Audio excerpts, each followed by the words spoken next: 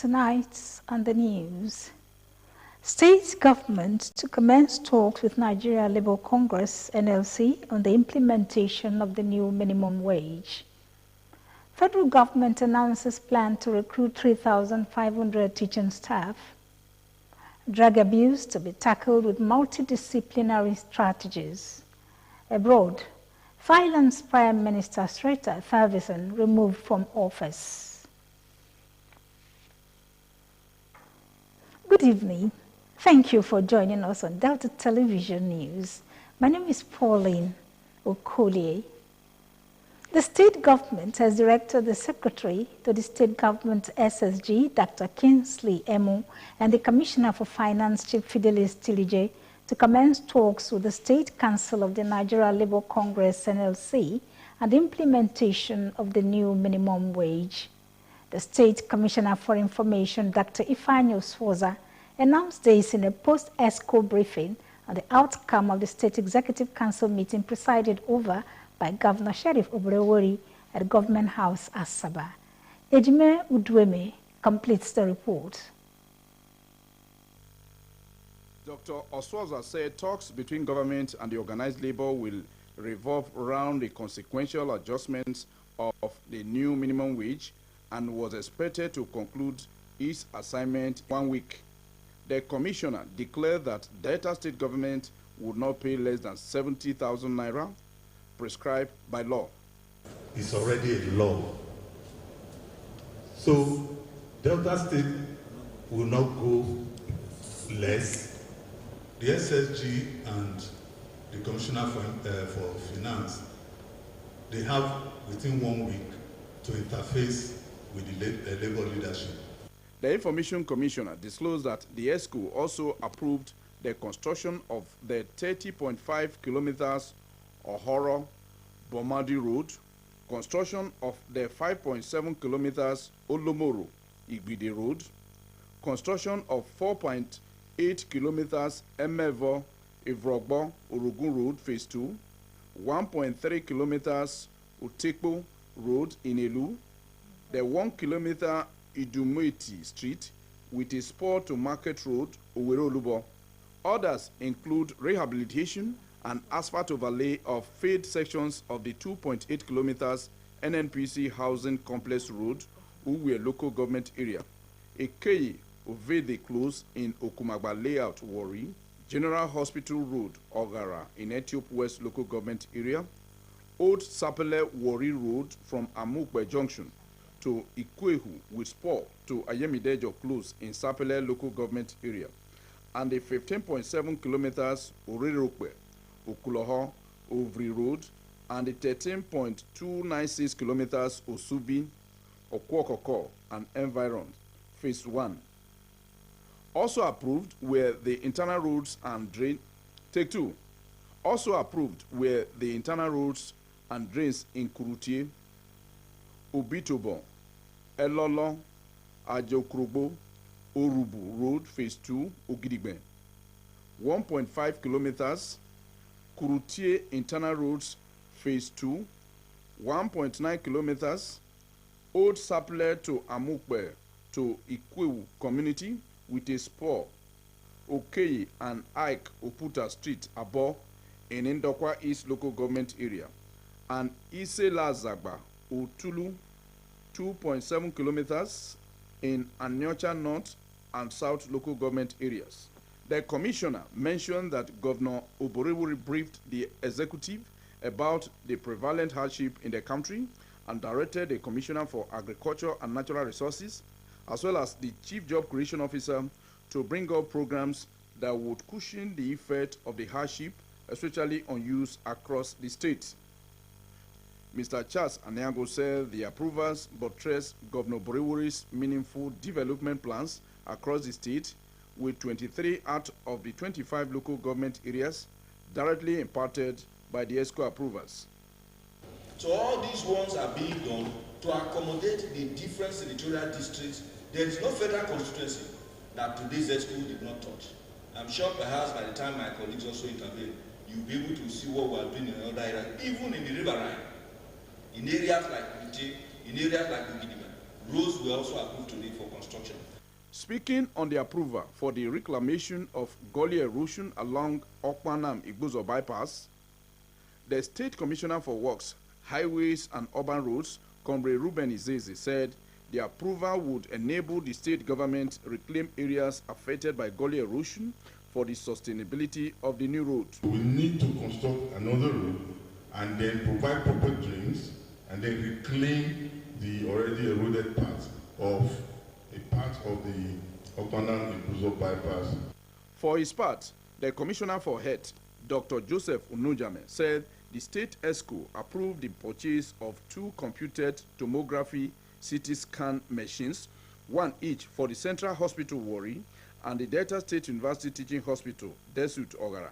He said the Ministry of Health has gotten approval to renovate over 150 primary healthcare centers across the state because of its importance in the healthcare delivery system. These machines, they are needed for accreditation for some of our resident doctors to get certification. The Commissioner for Information, Dr. Osoza, added that ESCO also gave approval for the payment of 3.55 billion naira as counterpart fund for the 2024 Universal Basic Education Program in the state and appointment of Obi Sunday Obaka Ogboli as Obi of Iseleng-Pitime in Anyocha North Local Government Area. Ejime Uduime reporting. The federal government has announced plans to recruit 3,500 teaching staff across federal unity colleges nationwide. Minister of State for Education, Dr. Yusuf Sununu, made the announcement at a 2-day National Stakeholders Forum on Senior Secondary Education in Nigeria, which brought together education stakeholders to discuss challenges facing secondary education in the country. Dr. Sununu stated that the recruitment of more teachers would significantly improve the quality of education.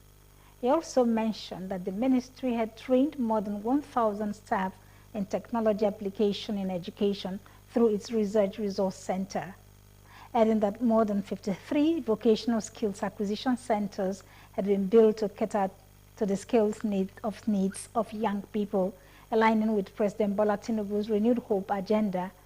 Dr. Sununu pointed out that approval had been secured to build an additional 50 model schools across the country to enhance teaching and learning. On the spot, Speaker of the House of Representatives, Honorable Tajuddin Abbas, called for a complete overhaul of the senior secondary curriculum to meet global competitiveness. Honorable Abbas, represented by the Chairman, House Committee on Basic Education and Services, Mr. Mark Osani, highlighted the challenges facing senior secondary education, to include lack of qualified teachers, funding, and inadequate infrastructure.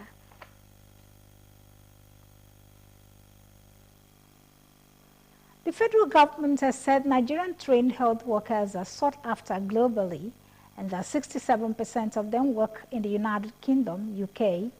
Coordinating Minister for Health and Social Welfare, CMHSW, Dr. Ali Pate, said if health workers of Nigerian origin pulled out of the National Health Service, NHS, in the UK, the service would struggle. Dr. Pate spoke on the new national policy on health workforce migration approved by President Bola Tinubu to tackle the exodus of health workers from Nigeria in a phenomenon colloquially known as Japa. He said Nigerian doctors and nurses are very vibrant, entrepreneurial, attractive, and capable wherever they are, and the country should be proud of that, adding that those who left had their reasons for exiting. The Speaker of the House of Representatives, Honorable Tajuddin Abbas, has withdrawn the controversial counter-subversion bill following widespread outrage. The bill had proposed a 10-year jail term, 5 million naira fine, or both. Withdrawal was disclosed in a statement today by the spokesperson of the Speaker, Mr. Musa Krishi. The decision to withdraw the counter-subversion bill and other related ones introduced on July 23, 2024, followed his extensive consultations with a broad range of stakeholders and a careful consideration of the nation's current circumstances, reaffirming that he will never support any action that might disrupt the peace and unity of the nation.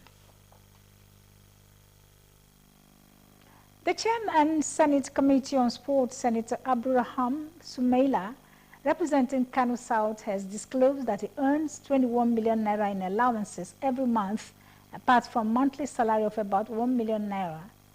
This revelation came a few days after former President Olusegun Obasanjo had accused members of the National Assembly of fixing salaries and allowances for themselves in contravention of extant laws. Senator Sumaila is also coming barely 24 hours after the Revenue Mobilization, Allocation and Fiscal Commission, RMAFC, a body responsible for fixing salaries and allowances of public servants, had revealed that each member of the Senate collects a total monthly salary and allowances of 1,063,960 naira. Speaking to the BBC, AFC said his monthly salary is less than 1 million naira. After deductions, the figure comes down to a little over 600,000 naira.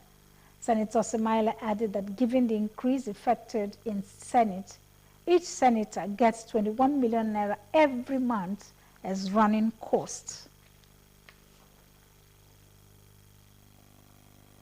The Minister of Information and National Orientation, Haji Mohammed Idris, has signed a performance bond with heads of parastatal agencies to deliver on the mandate of the Renewed Hope agenda. Haji Idris signed the bond with them separately at the secretarial retreat of the Federal Ministry of Information and National Orientation and its agencies in Abuja. The agencies that signed the bond included the Voice of Nigeria, Federal Radio Corporation of Nigeria, National Orientation Agency, National Broadcasting Commission, and Nigerian Press Council.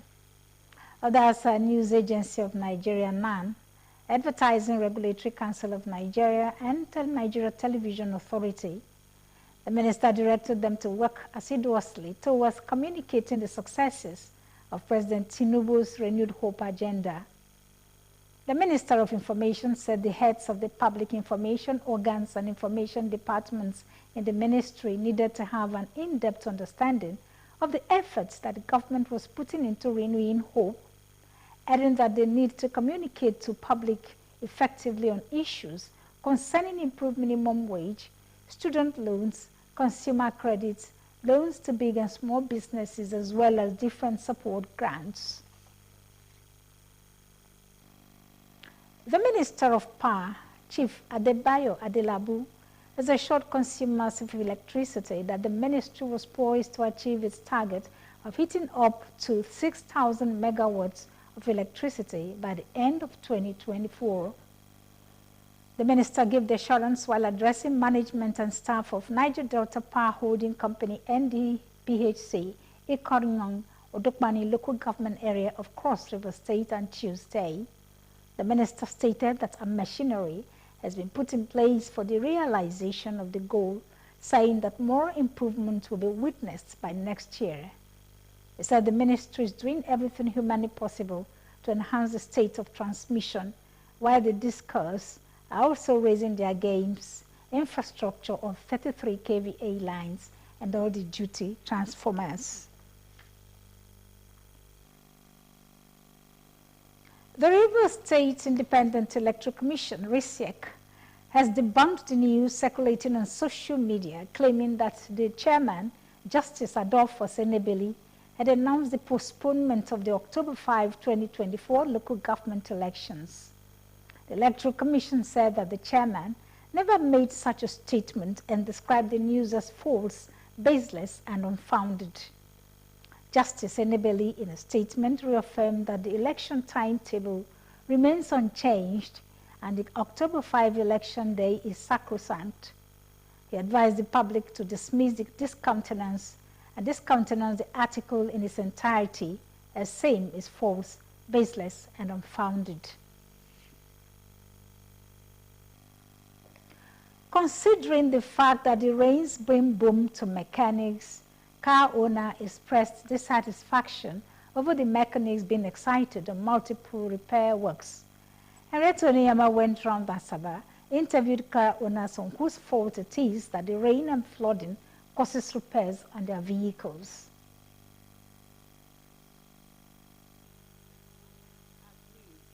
That the damage caused by rain and flooding on vehicles cannot be blamed on the mechanics.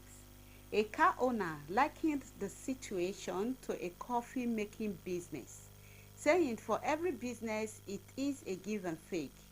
Whatever business a man does, he rejoices when it's profitable. It is not the fault of the mechanics. It is a seasonal thing. So we cannot ask God not to bring rain when it is time for rain. And of course, as it is time for rain, vehicles normally will break down. That creates more work opportunity for the mechanics. And of course, on the part of the car owners who are spending the money, they will never be happy. So just like when it comes to dry season, because they are not going to, their vehicles are not going to be subjected to breakdown and frequent breakdown and all that, they will suddenly go towards to mechanics. At that point, the mechanics will not be happy.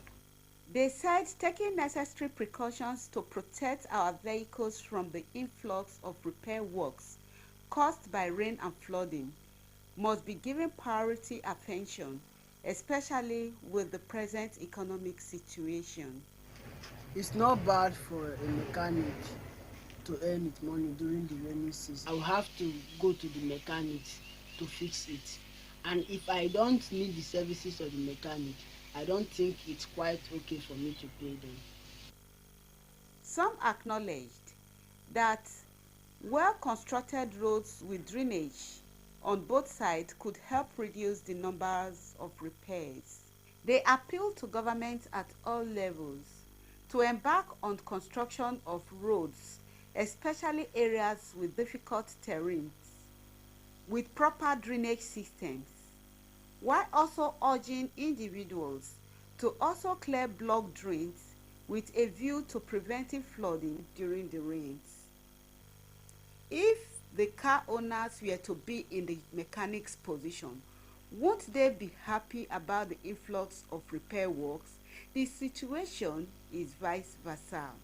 Henrietta Oniyama reporting. For Prevention of Substance Abuse and Crime, ISO PSAC, Mr. Olakunle Babalola, has said drug abuse can only be tackled when multidisciplinary strategies are implemented. He urged parents to have knowledge of what their children are doing, as they cannot help someone who they have no knowledge about. He spoke at a colloquium on the need to take action against drug abuse held recently at the Nigerian Institute of Medical Research, NIMR, Yaba, Lagos. Chairperson of ISO PSAC, Mrs. Zainab Yusuf Ogunlana, described the colloquium as a platform for confronting drug abuse head-on and devising innovative ways to protect young people and students from it.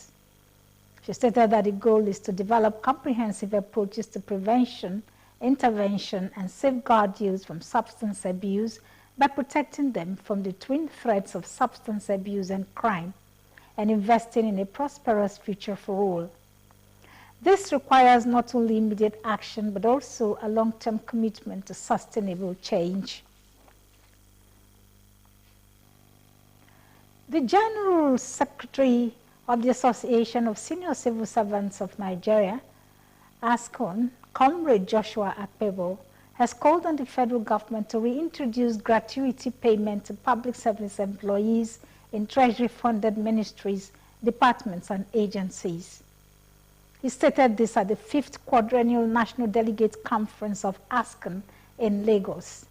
Comrade Akpebo said that since the colonial era, gratuity has always been paid to public sector employees as appreciation for their service rendered to the nation, noting that the Pension Reform Act of 2004 has been silent on the issue of payment of gratuity to workers. The Minister of Justice, SAN, Lateef Fagbemi, has lauded President Bola Tinubu for signing the Judicial Office Holders' Salaries and Allowances Bill 2024. SAN Fagbemi, in a statement issued by Special Advisor Media, Kamoruddin Ogundele, on Tuesday in Abuja said that President Tinubu had consistently demonstrated his commitment to the sustainable reform of the administration of justice. The National Judicial Council, NJC, will on August 16 meet to decide on the successor of the outgoing Chief Justice of Nigeria, CJN, Justice Olukayode Ariwoola. Justice Ariwoola, who is expected to leave office on August 22, will attain the mandatory retirement age of 70. The National Judicial Council, NJC, will make a selection of whosoever will succeed Ariwoola and recommend same to President Bola Tinubu for appointment.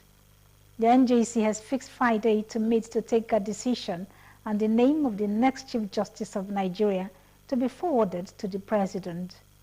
The Supreme Court currently has the full complement of 21 justices. In the tradition of the Apex Court, the next in line is expected to succeed incumbent in office as the Chief Justice of Nigeria. The Commissioner of Police, CP, Delta State Command, Mr. Olufemi Abaniwanda, has warned that criminally minded individuals will not be allowed to thrive in the state as adequate deployments have been made to ensure that they are identified, arrested, and brought to book. Mr. Abaniwanda gave the warning following the recent achievements in fighting crime in the state by the command that led to the death of a suspected kidnapper, the arrest of 3 suspected kidnappers, as well as recovery of arms and ammunition by the police. In a statement by the Police Public Relations Officer, Mr. Bright Edafe, said operatives of the CP Special Squad were based in Ureli while on investigation on a suspected kidnapper, Joel Ochukwuofoye, male, who was earlier arrested on the 18th of July 2024. The suspect led the operatives to Ewu community in Ureli South local government area in the trail of a gun runner who supplied arms to them before their kidnapping operation. While they were at it, the team came under attack by the suspect's gang members in a bid to free the said Joel Ochuko. The hoodlums were overpowered by the police as they fled with bullet injuries, but the suspect Joel Ochukwuofoye was hit during the gun duel and was taken to the General Hospital Ureli, where he died while receiving treatment. 1 Beretta pistol with 4 rounds of live ammunition, 1 pump action with 9 rounds of cartridges, and 1 locally fabricated revolver pump action was recovered. Manhunt for fleeing suspects is still ongoing. Also, the police arrested some suspected kidnappers and recovered 1 Beretta pistol in Kokori community, Ethiopia East local government area, after 5 million naira were transferred from the victim account to an unknown bank account by the hoodlums. Similarly, the police arrested some suspected cultists and recovered 3 locally made cut-to-size guns, battle axes, and cartridges in Afisere, Ureli North local government area. According to the statement, the Commissioner of Police also urged members of the public to always trust and report cases to the police, noting that the police was able to achieve the feat due to the trust the victims had on them by making available all useful information which led to the arrest of the suspects within 6 months. The Economic and Financial Crimes Commission, EFCC, has donated 50 billion naira recovered proceeds of crime to the Nigerian Education Loan Fund, NEL Fund.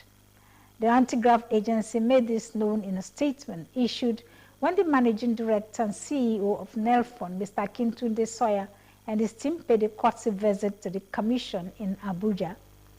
Mr. Sawyer expressed gratitude for the donation and highlighted that the NEL Fund, an initiative of President Bola Tinubu's administration, is aimed at providing financial support for the education of underprivileged students in the country. The EFCC chairman, Mr. Ola Olukoyede, lauded President Tinubu for the initiative, while noting that the lack of educational support is a significant factor in youth involvement in financial crimes. He emphasized that NEL Fund represents a proactive measure against such crimes. Mr. Olukoyede urged NEL Fund management to ensure transparency and integrity in the handling of the funds.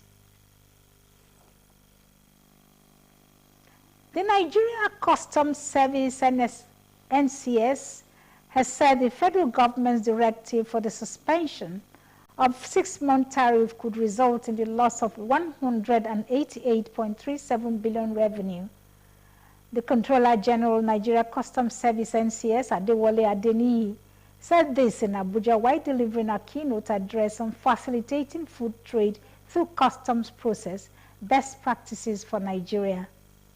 After giving an analysis of the previous cost implications of the tariff on food, he said the figures highlighted the significant revenue implications of the new policy, projecting based on recent removal of tariffs and import duties on key staples like rice, wheat, maize, and sorghum for the next 6 months represents a considerable sacrifice in terms of potential revenue, while estimating that the 6-month tariff suspension could result in a revenue forfeiture of approximately 188.37 billion naira. On the implication of the directive, he said as an agency responsible for trade facilitation and revenue collection at a country's borders, NCS has found itself at the intersection of these policies and the practical implementation.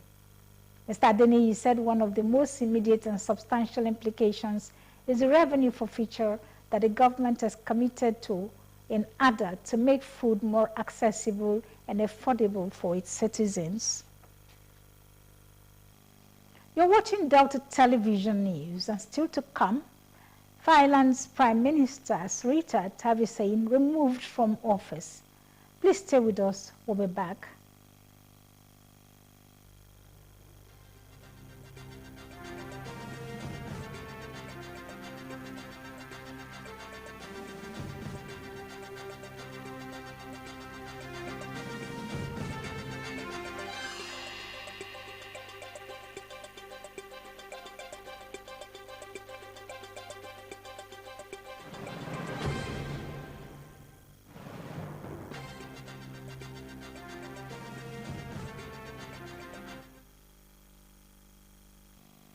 Thank you very much and welcome back to Delta Television News at 8.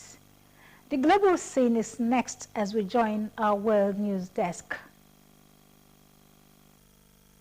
Thailand's Prime Minister Srettha Thavisin has been removed from office after a court ruled he had violated the constitution in a shock decision that plunges the kingdom into further political uncertainty. This verdict comes a week after the same court dissolved the country's popular Progressive Move Forward party, which won the most seats in last year's election and banned its leaders from politics for 10 years. The Constitutional Court in Bangkok ruled today that Srettha, a real estate tycoon and relative political newcomer, had breached ethic rules by appointing a lawyer who had served prison time to the cabinet. 5 of the court's 9 judges voted to dismiss Srettha and his cabinet, ruling that the Prime Minister was well aware that he appointed a person who seriously lacked moral integrity. A new government was now be formed, and the ruling Pheu Thai-led coalition will nominate a new candidate for Prime Minister, which will be voted on by the 500-seat parliament. Speaking to reporters after the decision, Srettha said he performed his duty as Prime Minister as best as he could, and that he had accepted the verdict. He added that he was unsure whether the next government would continue with his policies.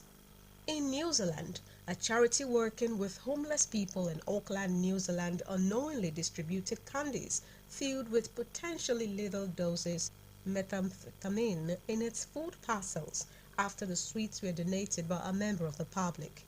The Auckland City Mission told reporters today that staff had started to contact up to 400 people to track down parcels that could contain the sweets, which were solid blocks of methamphetamine enclosed in candy wrappers. New Zealand police have opened a criminal investigation. The amount of methamphetamine in each candy was up to 300 times the level someone would usually take and could be lethal, according to the New Zealand Drug Foundation, a drug checking and policy organization which first tested the candies. Methamphetamine is a powerful, highly addictive stimulant that affects the central nervous system. It takes the form of a white, odorless, bitter-tasting crystalline powder, that easily dissolves in water or alcohol.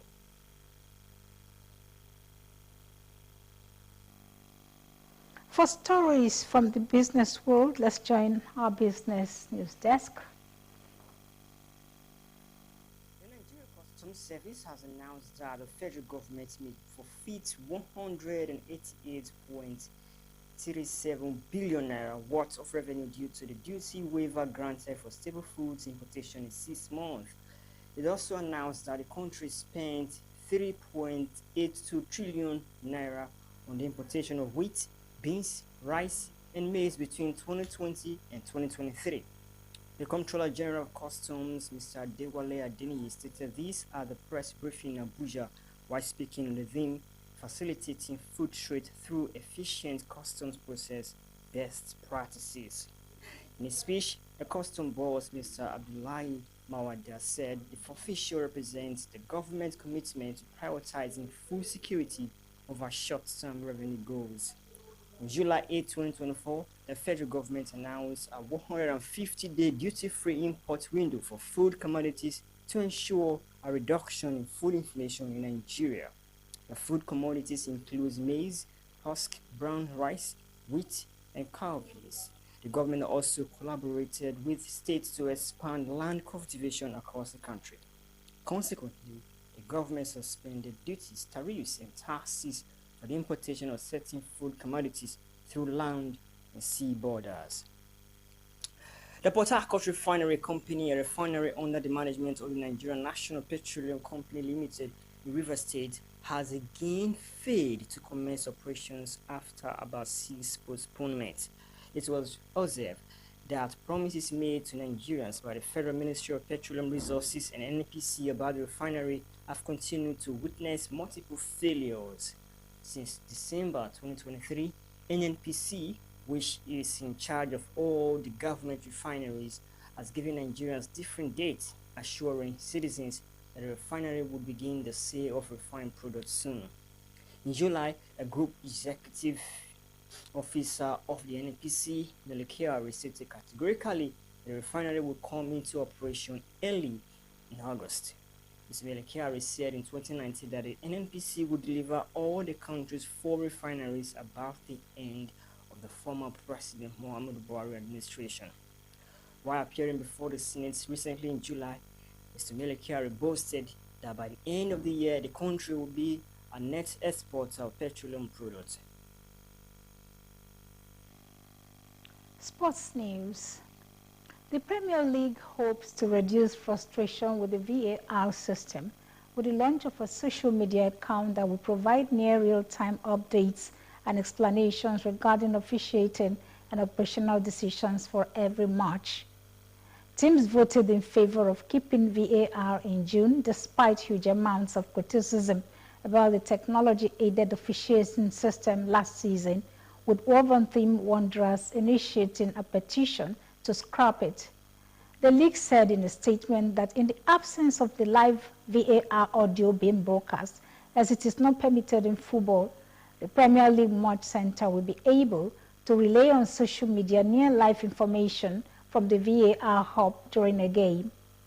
In addition to posting refereeing decisions, the X account of the Premier League Match Center will also provide insights directly from the VAR hub and refereeing experts with the aim of bringing transparency. Experts from PGMOL, the league's officiating body, will also clarify the laws of the game and provide additional information and updates on the VAR decision-making processes when necessary. The governing board, management and staff of the Delta State Oil Producing Areas Development Commission, the SOPADEC, has commiserated with the family of its executive director of project, Chief Talib Tebite, over his demise.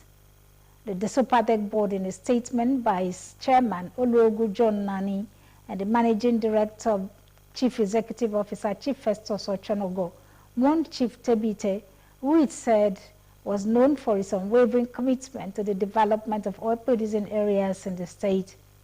The statement said Chief Tebite also played a pivotal role in numerous programs and policies aimed at improving the lives of the local communities, adding that his leadership and dedication were instrumental in driving the Commission's mission forward. The statement described the deceased as a beacon of dedication and service, saying his efforts had left an indelible mark on communities, even as his absence would be deeply felt by all who had the privilege of working with him. He prayed God to grant the family fortitude in their time of grief. Our thoughts for the day: don't sit down and wait for the opportunities to come. Get up and make them.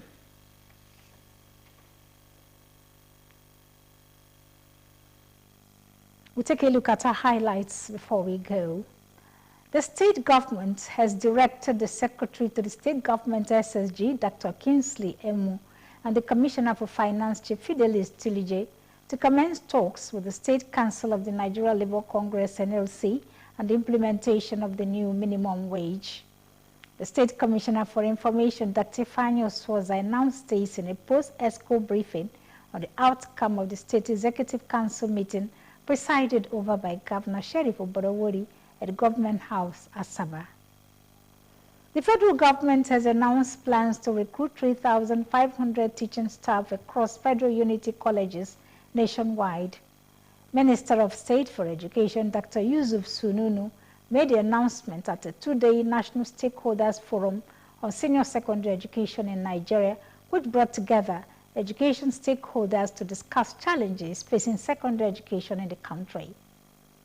The Executive Director, International Society for Prevention of Substance Abuse and Crime, ISOPSAC, Mr. Olakunle Babalola, has said drug abuse can only be tackled when multidisciplinary strategies are implemented.